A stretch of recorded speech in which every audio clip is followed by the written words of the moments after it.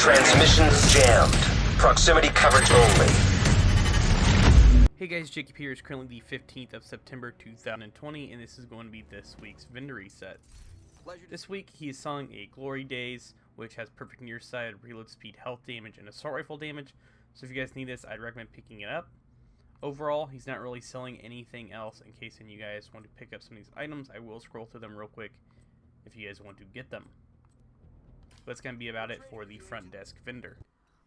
Next up is going to be the clan vendor, and he is selling a Glory Days as well. This one actually is a little bit better. It has damage starts off cover, so if you guys want to get your hand on one of these, I would highly recommend picking this up to the fact that it's way better than the one in the front desk vendor, and this one actually has damage starts off cover. So if you guys are having trouble controlling your weapon and still want a decent gun like a P416 or similar to a Police M4, then I would highly recommend picking this up. It doesn't have the high RPM as a Police M4 does, but you guys can still do a decent amount of damage with this weapon. Here's a few more items I'm going to scroll through in case any of you guys want to pick these up for yourselves. But overall, he's not really selling much this week. I'm happy that. Next up is going to be the Theater Settlement. This week he's selling a Baker's Dozen. This one actually isn't too great, so I would highly recommend farming the loot allocation areas to get a better one.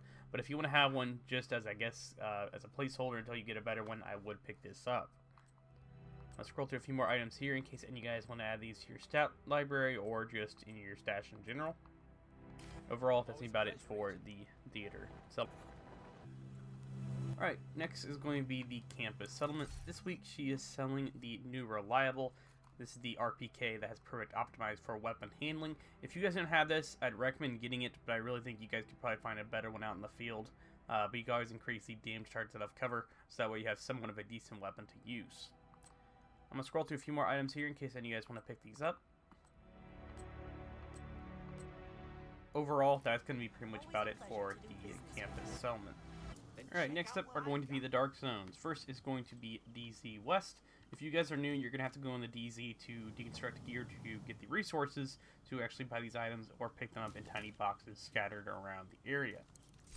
This week he's selling the Slavery Shotgun, which actually has 11.2 reload speed, 10% shotgun damage, and damage to armor. I really think you guys might be able to find a better one, but if you guys want to get one, then I would get this. But if not, then I would just wait till you guys see a better one in the vendors. I'm going to scroll through a few more items here in case anyone you guys want to pick these up. Overall, that's pretty much all he's selling this week. Next is going to be DZ South. This week she's selling the Badger Tough 0F's vest. This one has max skill haze, crit chance, and 116,000 armor. I really think you guys could probably find a better one, but if you really need one and you're desperately trying to get that perfectly unbreakable, you guys can make this work.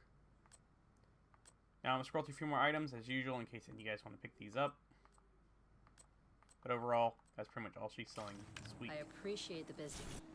Alright guys, the final DZ vendor is going to be DZ East. What can I do for you? And this week she is selling the Yalgir Hollowman mask. If you guys do not have one of these, I'd recommend getting one to the fact that you can change the explosive resistance to hazard and have 20% hazard just from this alone. And if you have a 10%, say a bleed resistance mod, you'll have 30% bleed resist on top of your watch, will end up being 40%. So just this mask alone, you guys can actually get a good chunk of hazard, depending on what mod you guys want to put on there. But just alone from the roll and the brain set bonus, you guys will get 20. Next up is going to be this classic RPK with swap speed in case any of you guys need that. I actually haven't met anyone who needs that, but in case you do, then it's right here. And here's a few more items you guys can pick up in case any of you guys need them. Overall, that's going to be about it for DZ.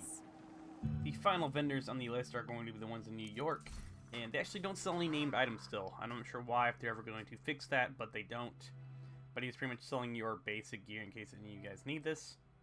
He is selling max critical chance on a vest if you guys want to add that to your library so you can roll it on other gear.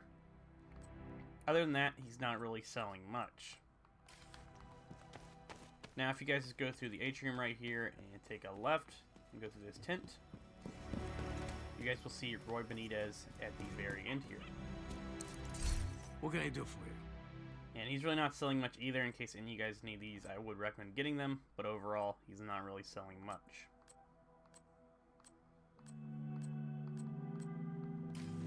But overall, that's what I guys for this week's Vendor Reset. Thank you guys all for watching. Make sure you subscribe for more Division 2 content.